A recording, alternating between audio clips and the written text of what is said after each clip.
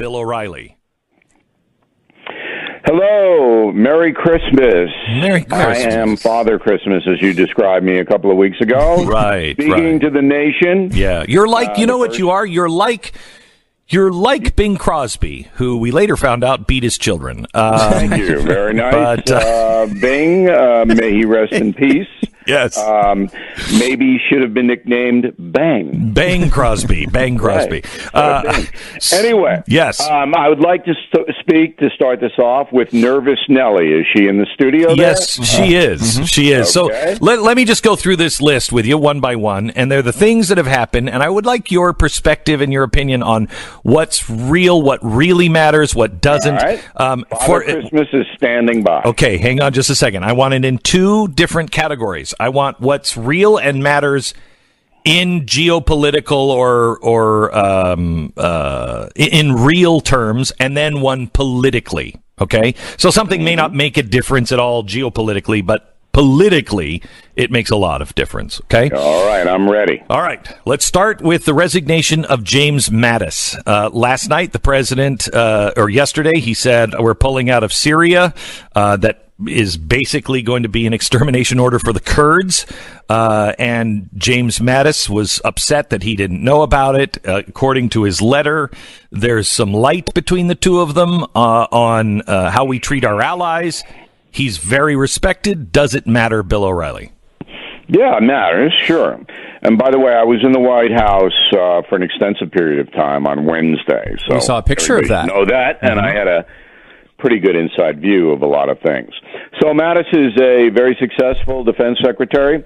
I think he had enough of the chaos. That's a key word in this discussion today. CHAOS, chaos. And there is. So Mattis, very disciplined, 4-star Marine general. I think that he differed on policy with President Trump, but I think those differences could have been dealt with. But I don't think that Mattis wanted to be told, what was going to happen, and that was that. So I think that's why he left, and he was an excellent defense secretary. Disassembling ISIS, huge victory. I hope he writes a book about that and explains exactly how that happened. Very important. So we'll miss James Mattis. The country will. Does it make our allies nervous? No, because our allies don't really file into effective foreign policy for America. There's really nobody right now that's helping us, to the point that Tony Blair did with Britain in the Iraq War, that kind of a thing. Australia very loyal to us. But the Allies are basically looking for their own stuff, and I'm not really concerned about them. Okay. When it comes to... Can we get an importance level, Bill? High, medium, or low? High. Mattis is going to be hard to replace. Okay. Let's go to Syria. Pulling the troops out of Syria. Here's what Lindsey Graham said as a big supporter of Donald Trump. If Obama had done this, we would be all over him as Republicans. We made a good record that the decision to withdraw from Iraq was not based on sound military advice, in spite of it. He did it himself, which he has every right to do, but he needs to own it. And I don't think General Trump is going to be any better than General Obama. This is the BillO'Reilly.com Man of the Year. Yep, Lindsey Graham. Absolutely. Graham. Your thoughts on Syria?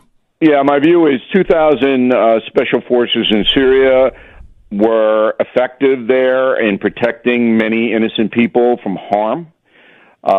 That's pretty much what their role was. Mm-hmm. So the president made it clear he doesn't want U.S. troops on foreign soil unless, it's a national security situation. This is not. I am not that upset or worried about 2,000 troops coming out of Syria. Is Iran a national security concern? Yes, it is. You've just handed the region. No, Beck. Yes, you did. Just relax. All right. This is Nervous Nellie. Nelly. Be back in there in 16 hours. We have bases around the area where American forces are stationed. We have air power that can hit that place very hard and very quick. So if Iran were to do something that was dangerous, we could very quickly affect that. Trump just didn't want these guys sitting there. They're not. So he's moving them around. We're not pulling out of the region. As somebody who has helped move tens of thousands of Christians to safety, this is the most reckless thing I've ever seen a president do. Possibly only beaten by Obama. All right. We have a little bit of a disagreement there. I think that if anybody started to slaughter Christians, that we would be right back in there very quickly. So importance level would be low there, Bill? Or medium? Moderate. Okay. Because it's a ripple effect. It did have something to do with Mattis resigning. Mm-hmm. I think the Department of Defense is not happy with President Trump. That's not a good thing. So whereas I don't see it as a strategic move that's going to harm the country directly, mm-hmm. The fact that it was done this way is not good for the USA. So let me give mine as well. Okay. Mattis, I agree with Bill. High. Syria, couldn't disagree more with Bill. High, right? Very high. Mm-hmm. This should be interesting. Border and giving $5 billion to Mexico. He folded, and now he listened to his tribe, and he is trying to reverse that. Tell me your thoughts on the border and the $5 billion to Mexico. All right, what's the $5 billion to Mexico? $5 billion. What it was is we said we're going to give $10 billion, no border wall, and we're going to give $10 billion in aid. Are you talking about giving them economic aid? Yes. Okay. All right. So there's a new president in Mexico, and Trump apparently has a pretty good relationship with him. And the NAFTA deal helps the United States economically. So he wants the guy to do us favors, the new president of Mexico. He wants him to do us favors. So he's basically backing away from the punitive aspect of U.S.-Mexico relations. Unbeknownst to the public, Mexico helped with this migrant caravan a lot. And that has not been out there. It's not been put out there. So very few of these caravan people got into the United States. Very few. And Mexico's paying for them to sit down there in Tijuana for the rest of their lives, I guess. So there's a lot of extenuating circumstances. Now, the bigger question is the PR debacle of the president waffling on the wall. And, that's a political thing.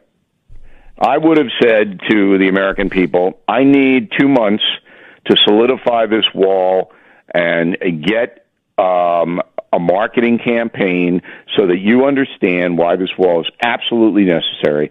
So I'm going to extend the spending until February 8th, but if February 8th I don't get my wall, then the government's going to shut down forever because we're not going to do it. That's how I would have done it. Me too. Because of the stock market. And then I would have delayed it a little bit instead of just one day saying, all right, I'll accept no money for the wall, and then the next day after Ann Coulter ran around the White House on fire saying, oh, nope, I'm reversing, because that makes President Trump look weak. So importance level, high, moderate, or low? Very high. High. Hey, hang on just a second. Because of the stock market. Mm-hmm. The stock market is the big story. Okay. That's the big story. Let's take a quick break, and we'll come back. I don't want to hear about the stock market. And I also want to know, is this a big story on the border because of political or actual effect to all of our lives, or a combination of both? All right. Glenn Beck and Bill O'Reilly. Bill, we have the border issue. Do you say it's very, very high because of politics? Rate them separately. Politics and geopolitical politics. All right. So geopolitical is more important than politics. I'm not a real fan of doing anything for political reasons. So you've got a nation, Mexico, which is pretty much out of control, right? So cartels run a lot of what happens in Mexico. And we know that from the trial of El Chapo going on right now in New York City. Everybody's bribed down there, and tons of narcotics come into the United States every year, tons.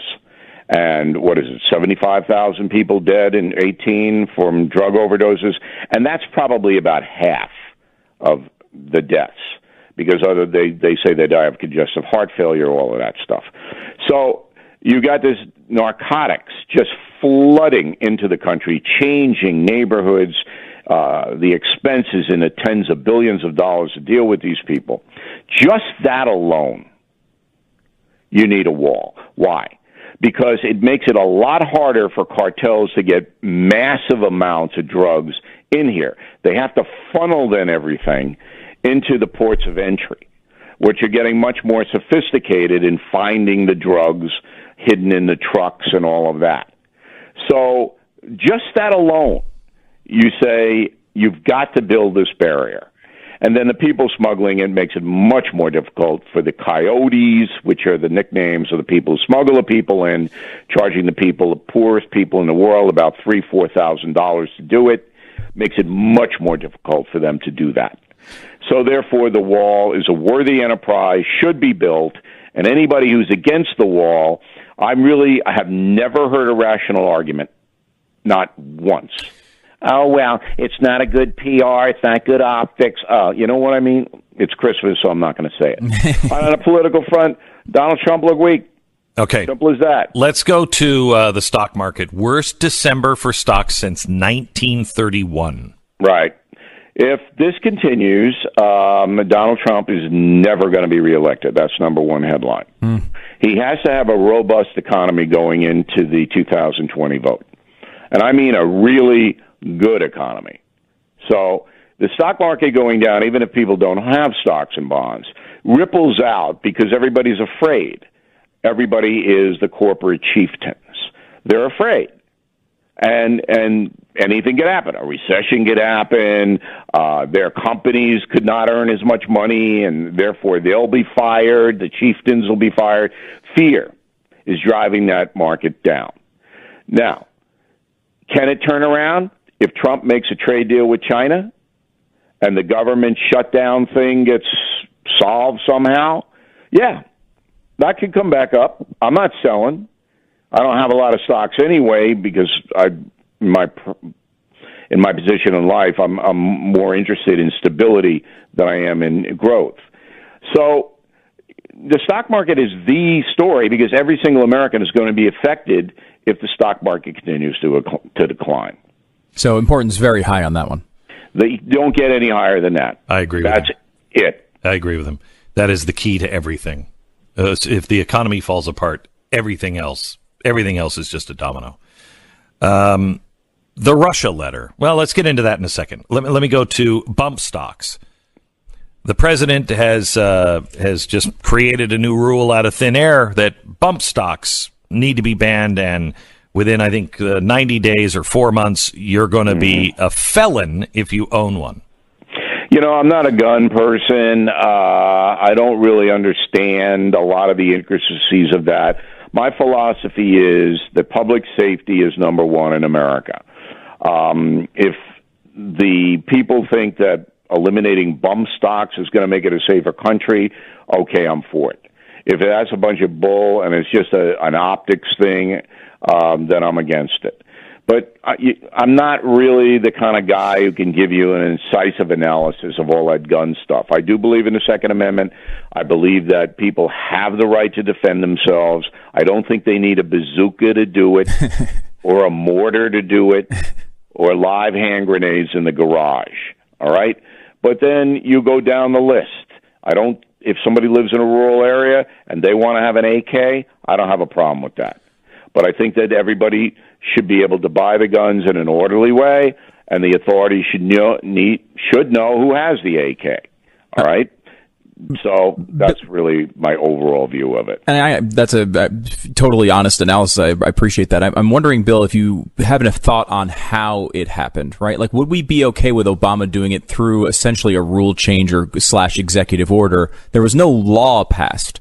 No, but Obama did that 50,000 times, as everybody knows. But did we like it? All presidents do. I know, but this is a constitutional piece, and we shouldn't accept that from Obama or Trump or anybody else. No. Then somebody should raise the issue in a way that it could be voted upon. I agree. I'm for that, by the way. Low priority, though, on that one, Bill? Yeah, for me it is. Okay. All right. Back in just a second, more Bill O'Reilly. We get into Russia and Kavanaugh and so much more. Father Christmas in a minute. You're listening to Glenn Beck.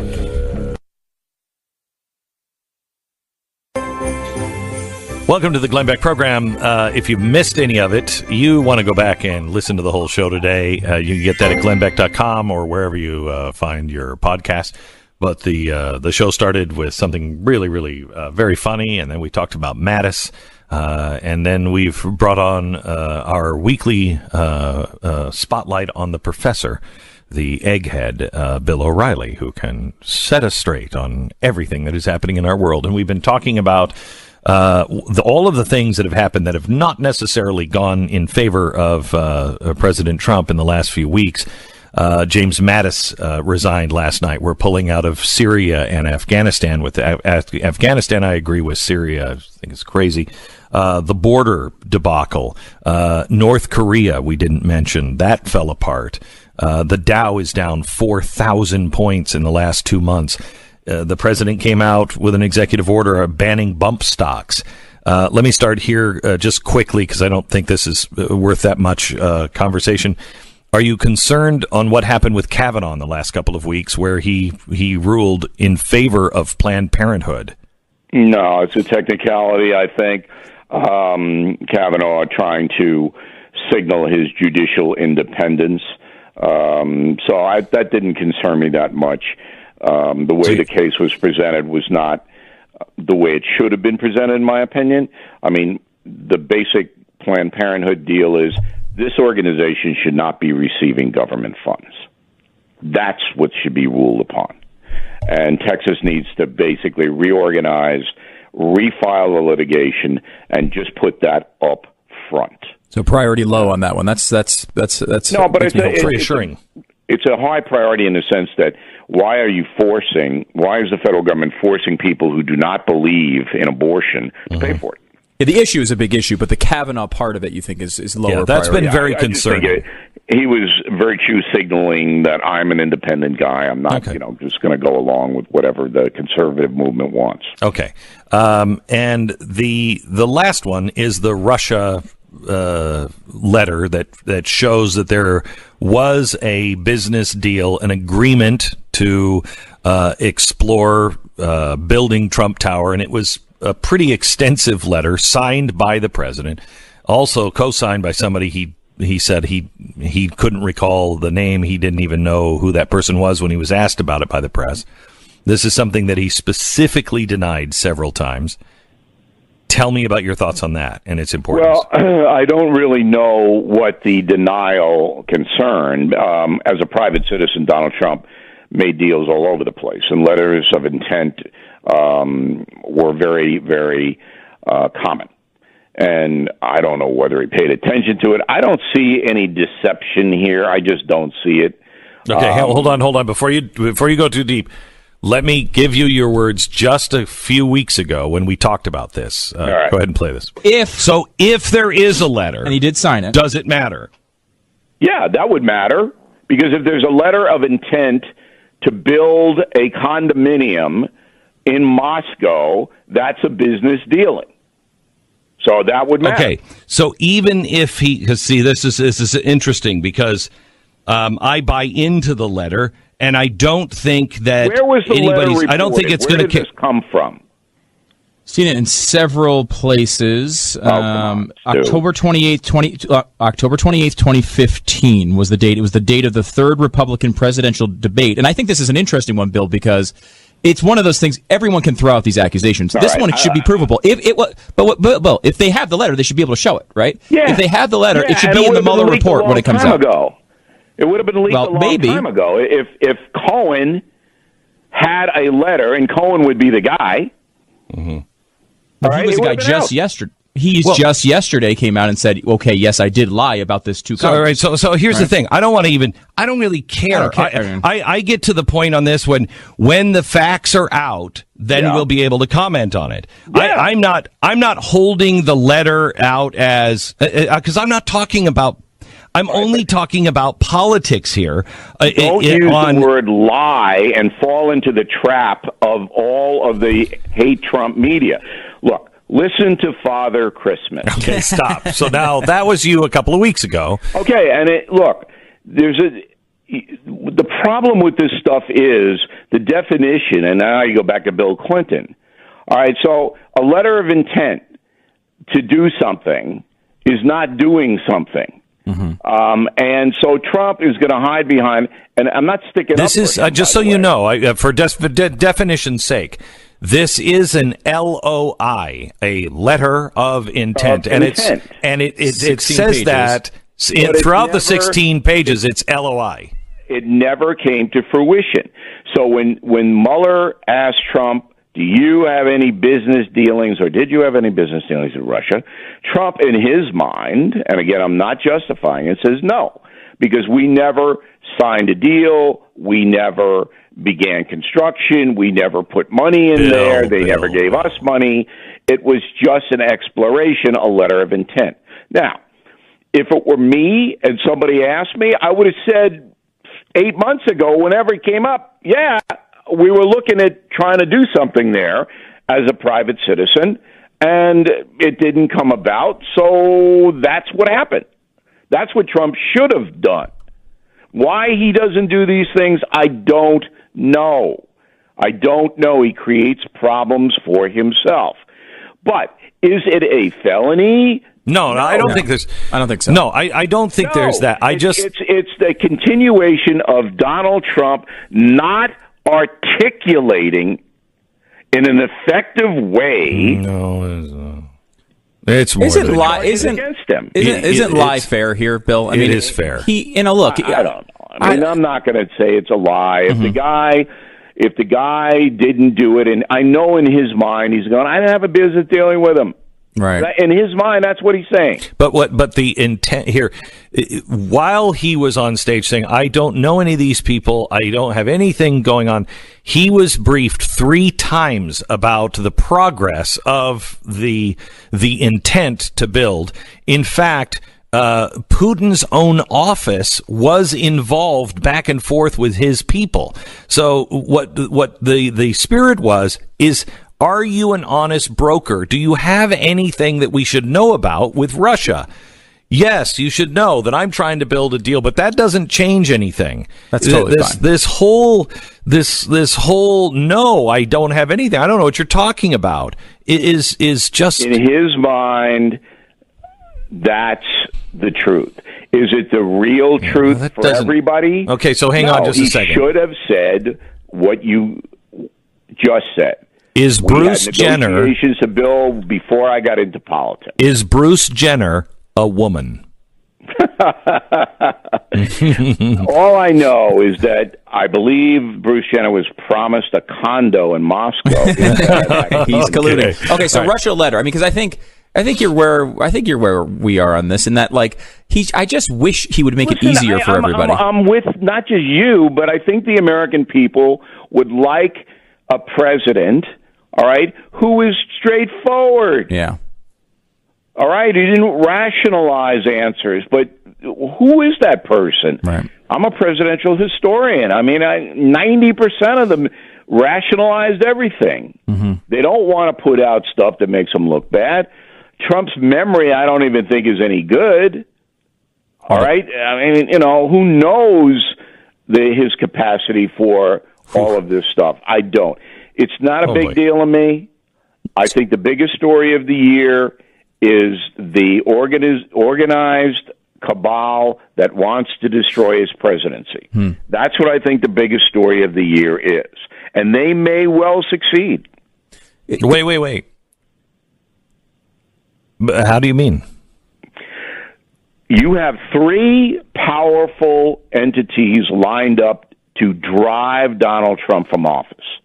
Mueller, the establishment media, and the Democratic Party. That's a lot to fight.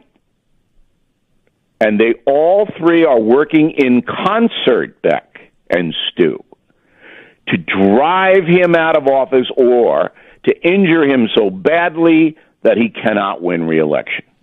They're acting in concert. I think wiping clean of Strzok and Page's phones by people in Mueller's office, you know that story. Yes. Proves that beyond a reasonable doubt. Three of them are after him. And I don't think he can stand up to it. I just don't think he can. See, I think he could. Is another reason that the stock market is in decline. Yeah, I will tell you that I think, Bill, you are correct based on the last few moves of the president. If he loses his base, if he doesn't live up to his promises, and he's not rock solid, toast. Coupled with the economy, he's done. I believe it'll be built somehow. Yeah, Bill. I think what's interesting. Before we leave, and I know you're up against a break because you got to have money to do cross. Put you trips on for free every. I know. I am the most. Father Christmas is a benevolent force, and that's why I do this free. But I'm doing it for free. For my book, giving you the plugs and all that. Free. So it's very nice of you. But are you coming to my neighborhood in your little truck on your cross country thing? Because I want to host you, Beck. If you come to Long Island, no. Why would I? Why in God's green earth would I select anything near New York? Many Beck fans are here. Oh, I know that, and I'm trying to get him to move to Texas. Your little truck across the Washington Bridge, and come down to Long Island, and where are you going? What's the itinerary? I don't think that's any of your business. Oh, I see. I mean, if you are indeed Father Christmas, you'll know where I am. That's true. I'll be up above your head in a sleigh. Yeah, my kids are saying, I don't think Bill O'Reilly is real. And I'm like, we're going to test it. We're going to see if he finds us this Christmas. Bill, I want you to have a good time. You too. Stu, I'm sure you'll have an exciting time dunking into the eggnog or whatever you do. I'll be doing that. I'll be reading Killing the SS. Very excited about that. Amazon ran out of copies. So many copies were sold, they ran out. We had to drive copies over to them. Wow. Unbelievable. But I appreciate you killing SS. If anybody is a historian or likes history, great gift. Yep. You still have the signed copies, Bill? All of Beck's books are great gifts. Do you still have the signed copies, Bill, on the website?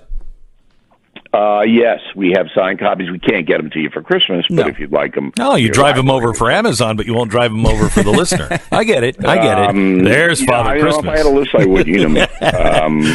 So anyway, I hope you guys have a really nice Christmas. Too. It's very nice of you to put me on the air every week. God bless you, Bill. I'm doing it free. I'm giving you the airtime for free. Yeah. Oh, my gosh. It's nice. And Zach, I hope you're not driving. I hope you have a driver. I am driving. Not you. I am driving, and I will tell you. You're going to be behind there? I am behind the wheel, and my wife thinks it's a horrible idea, and my kids are freaked out of their mind. Oh, my God. Yeah. You know, and every time you gas up and you get out of that truck, people are going to go, Colonel Sanders! Wow. I'm wishing you a very special 2019, Bill. God bless, Bill. Thanks a lot. All right. Happy New Year. Merry Christmas. Merry Christmas.